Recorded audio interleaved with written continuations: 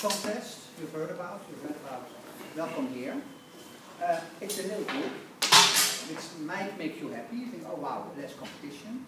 That's not completely true. More people, we will record it, and more people definitely will read it. We have more subscribers. So don't think, piece of cake. Okay? Apart from the fact that you have to work for your assignment.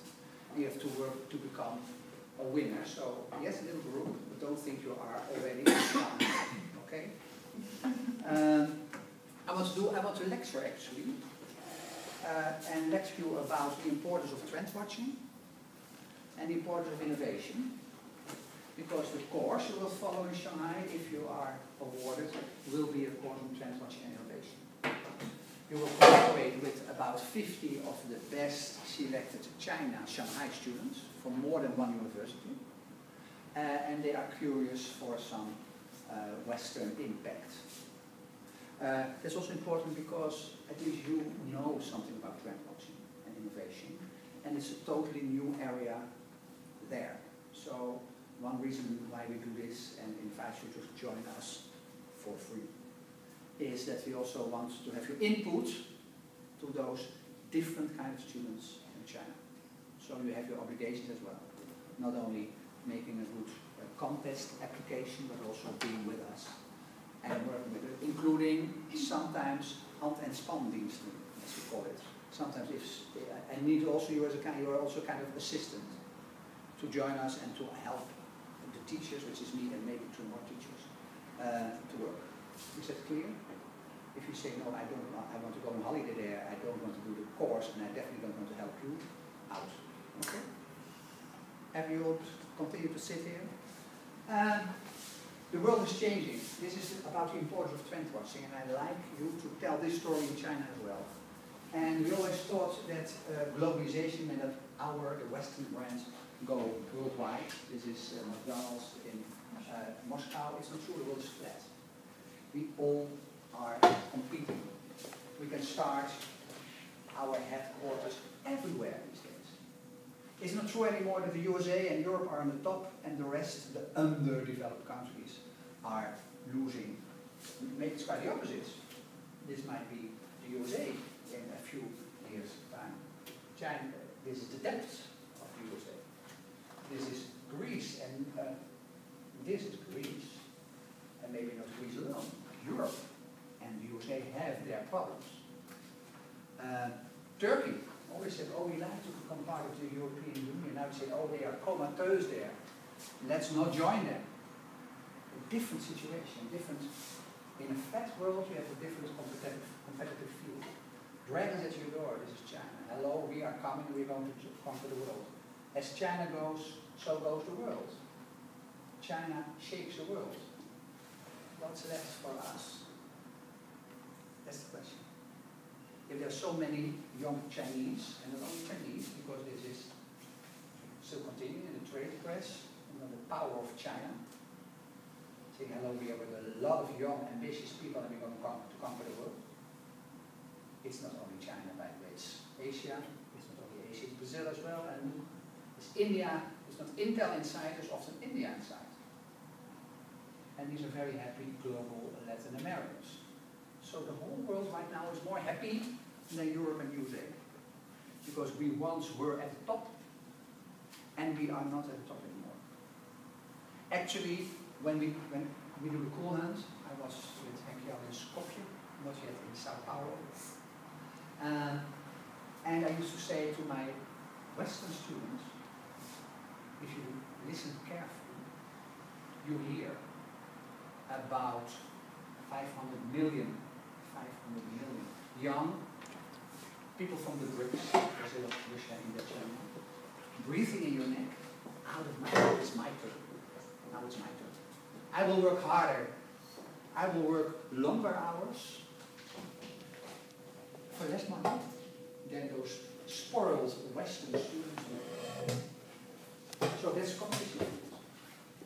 Then I ask lots of young guys from the USA and Europe, okay, what can you do? Of course you can say, oh no, I work even more hours with more energy for less money than the Chinese, which means €2 per hour. If you don't say, oh, that's not an option, what can we do? Can we compete on price? No. Can we compete on hard work? No. Can we compete on energy? No. Can we compete because we are with far more? Definitely not. We can compete on innovation and creativity. So we must try, and that's trend watching and innovation, that the next Apple will be born here as well. These are innovative Volkswagen solar panel cars. This is General Motors saying, look, this is the innovative car for 2020, General Motors. So the key point is, and this is what it was, how it was driving on the Shanghai Expo 2 years ago, where we did a trend research. So the key point right now is let's be innovative, let's be creative. And in order to be really effectively innovative and creative, you must know what the consumer wants. And you must not only know what the consumer wants now, you must also know what the consumer wants in the future. And that's trend watching. Learning through what will be the next big thing in automotive, in website design, in hairdressers, in Hollywood movies, not Hollywood movies anymore. What will be the next thing? And that is what trend watching and innovation is all about. Spotting trends and innovating what will be the next thing. And that's what we're going to do in China. Because yes, I say we must become innovative and creative. China also says, okay, we are already, and this is government saying that, and then the government in China says something, people listen. And they say, literally, we are already the manufacturing machine of this world. We make all the stuff.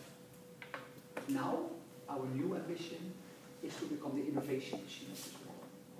We want to become innovative and creative, like Apple as well. Help us. So one of the reasons they invite us to do this summer course with the best students of Shanghai is help them to become more creative and innovative. Let's see the best students from Eindhoven. Let's intermingle to see how they can help us to become more innovative and creative, and vice versa. You're going to learn a lot there as well. Is it clear? So I'm here, Professor Trend Watching and Innovation, and I probably will be visiting Professor Trend Watching and Innovation for 2 to 4 months in Shanghai as well. So trend watching is important, and innovation is important. This is the world. Thanks to Fontes and Maastricht University, we visit this. Oh, I'm too, it's just too modern for me. We visit the green part of the world, and we do cool hunt research there. We ask students, by the way, also older people, 30-something and 50-plus-something, but we focus on students now. We ask, tell us what's cool. Cool people, cool products, cool places, cool boys, girls, television programs, websites, gadgets, haircuts, sports shoes, whatever. Retail environments. Tell us what's cool. Why do we use the term cool? Because everybody understands. They understand cool in Shanghai, in Sao Paulo, in Surabaya, and in Eindhoven. Of course, you must have a definition of cool, and this is our definition. Attractive and inspiring with future growth potential. So we asked thousands of students, and I will show you some examples, because then you can work with the material. Give us examples of cool. Lots of them. And tell us why it's cool, why it's attractive, why it's inspiring, and why there's future growth potential. And then you can innovate. And this is the system, how it works. Lots of examples. And we will show you a lot of examples, so you can see how it works, and what other students did, and the best students did. And then going to ask you further. Because if you have all those examples, it's nice. Cool, cool, cool, cool, cool, cool, cool. Attractive, inspiring, with future growth potential. But then, what does it mean? What is the underlying pattern? How can you cluster the examples? If you have hundreds cool stuff, you say, okay, but if you take this and this and this and this and this, I see something coming up. And then you go to the next stage, because then what lies behind these examples, you have a mentality inside. A validated mentality trend, we call it. if you have this, based on a lot of these examples, you have something validated mentality trends, we call it. And if you have this, then you have a solid platform to make an innovation, an idea generation. You come up with a good idea. For your assignment, you have to do these three things. You don't have to come up with your own examples. We show you different places where you can see a lot of examples. And where we ask you to look at those examples, find more examples if you wish, but derive them into some trends behind all that stuff of cool. I'm going to give you 2 examples. Lots of examples here. We show you where you can find them, but you can look for yourself as well. You can search for yourself as well. Then you read all those examples, as many or as little as you wish, but you must come, based on those examples, on a mentality insight. What does it mean? What's behind it? If you know what is behind it, you can document it because you have this, then you can say, okay, now I'm coming up with a great new idea. So this is what you have to do. It's not easy, but well, you get something better. Is it clear until now? Yeah? Nice, because this is, you will get, well, it's there, it's recorded. So this is what you have to do. I give you 2 examples, what we did already. And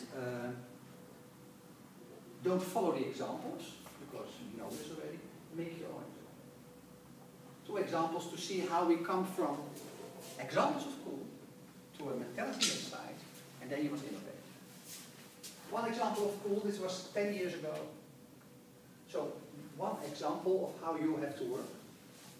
But come at your own, so don't duplicate this because then you don't win. This is old stuff, but you can see how it works. One of our cool helpers 10 years ago said, oh, Starbucks is cool. It was 10 years ago, not very spectacular. Only 1 example, and you must cluster examples. So I asked, why is it cool? And he said, well, good coffee, which is not very spectacular either. So I said, and what else? Because good coffee, Starbucks, yes, I know that.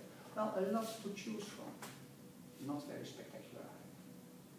But then he said, I like to work there. And that was new. Working at Starbucks. So we asked our other cool hunters, do you work at Starbucks? And somebody in Spain said, yes, I like to work there. Somebody in France says, yes, I like to work there. It's a good place to work. And then you have already 3 examples. And then we ask, where do you work? Younger people. Creative young. Do you like offices? No, offices are boring. Do you like these kind of rooms? Well, they are pretty boring. I like to work in more exciting places. I like this guy because his office is his car. He totally rebuilt his car and now it's his office. Guys living in New York. And these guys say, we have the coolest office ever. And it looks like this. If you have Wi-Fi, you can work everywhere. So this is a new mood. If you put all those examples, we have 1 more examples on the road, yeah, people start to want to work somewhere else. They are more mobile. They don't want to work on boring places.